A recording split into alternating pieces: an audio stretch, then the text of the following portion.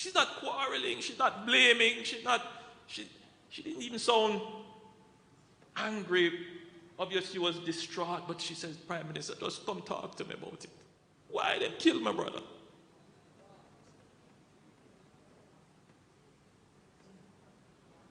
Why you kill the 10-year-old? I go to my bed with these things on my conscience every night.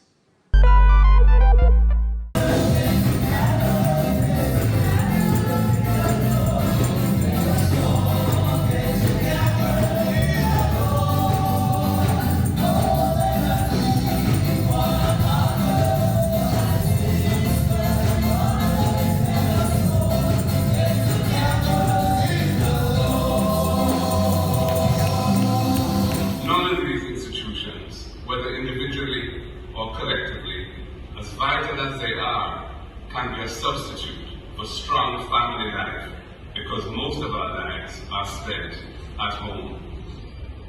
Many of the problems facing us in Jamaica spring from weak family structures. We have too many people becoming parents without maturity and capacity to play that role effectively. Children are thereby deprived of the inestimable benefits of strong parenting, and this feeds through into the development of negative social behaviors, often from an early age.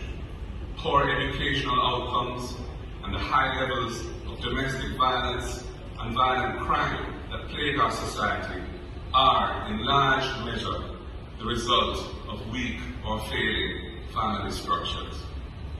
These problems tend to be self-reinforcing as they feed into popular culture and become embedded in the images and messages pervading our various forms of cultural expression. Our society needs to continue to focus on building institutions and programs which support good parenting and strengthen families. The state must play a lead role, but it cannot do it alone. The churches, educational institutions at all levels, and non-governmental organizations must be included in these efforts if we are going to turn the tide towards achieving sustainable development based on social cohesion with strong families as the bedrock of the society. Many families are brought closer together through prayer, especially during these challenging times, such as what we're living through right now with this pandemic. It is important that as we pray for Jamaica, we pray also for the families that together constitute our nation. When children are not able to go to school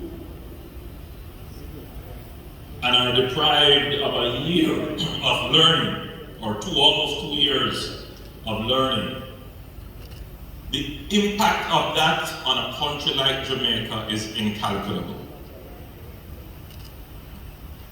So priority number one for this government, but also for your household, I'm going to substitute that word now with another one, the priority for your family, which is the theme of our gathering today, must be to get our children back in school.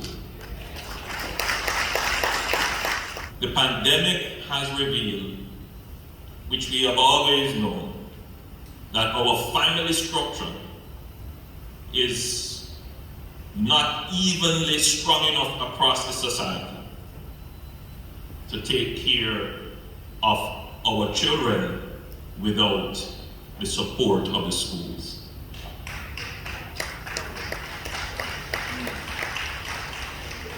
That's a controversial statement. I'm expecting somebody to say something about it.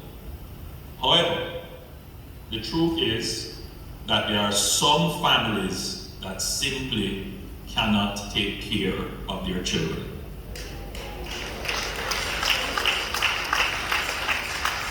But the suffering goes deeper. Mother gets frustrated, father gets frustrated, increased abuse of children, sometimes not even deliberate, but just the anger, the raised voice, the shout, and then there is the giving up. Just can't bother.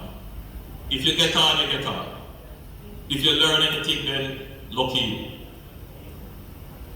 I see it in my own constituency. Children are all over the place, running up and down, me as when they were in school. So, we already have enough problems that we cannot continue to keep our children out of school as a shielding measure to control the pandemic. But you will have to structure your household differently, because I want you to see the trade-off now. When everybody's under the stay-at-home order, your household is shielded because people aren't moving out that much. But when the household is required, or everybody goes back to work and everybody goes back to school, if there is an elderly person in your home or someone with comorbidities who is vulnerable, when parents return from work and children return from school, it is likely that they could take home the virus with them. And so, whilst the government will not be putting in this general shielding measure anymore, families must now figure out how they're going to shield and protect the vulnerable in their homes. You agree with that? So as you send your children out to school, you have to protect grandma. There are people who don't want to see stronger penalties for the possession of illegal firearms, because they believe that those measures will apply to persons who own firearms legally.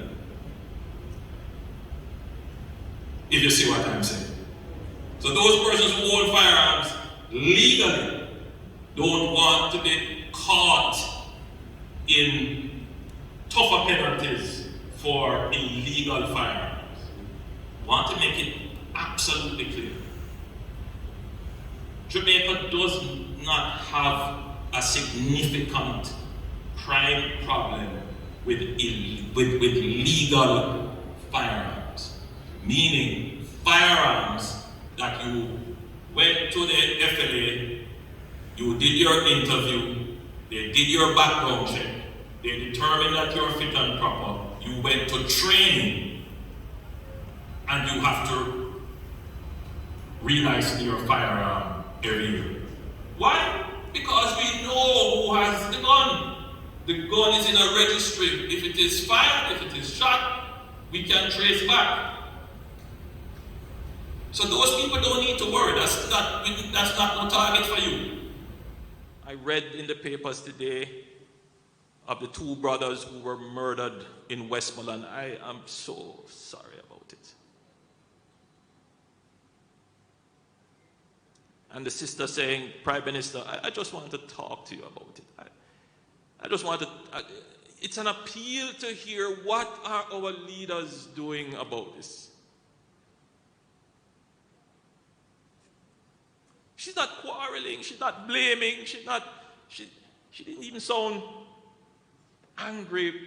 Obviously she was distraught, but she says, Prime Minister, just come talk to me about it. Help me to make sense of it. Why they kill my brother?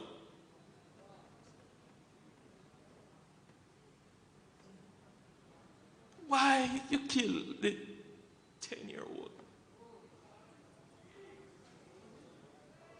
Why?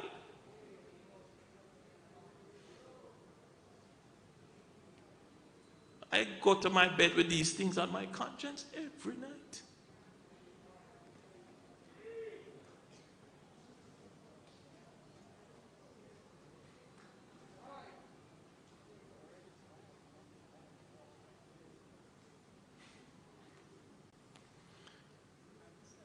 I know that I have tried.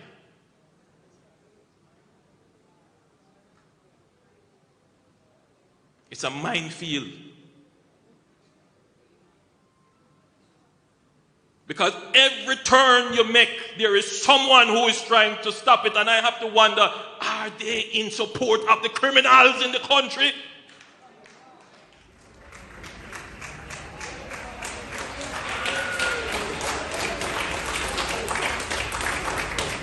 The 10-year-old didn't have to die.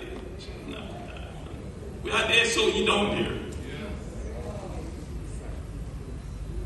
We put it in Westmoreland, the 2 brothers never had to die, man.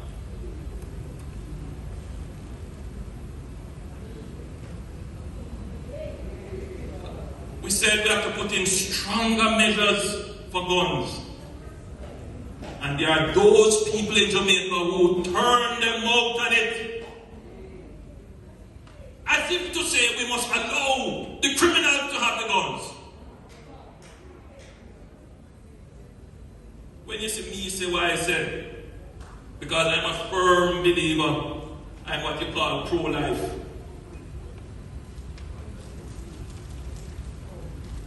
But when I say I would make an exception, the JDF intercepted a boat coming in from Haiti. We have intercepted many boats coming in from Haiti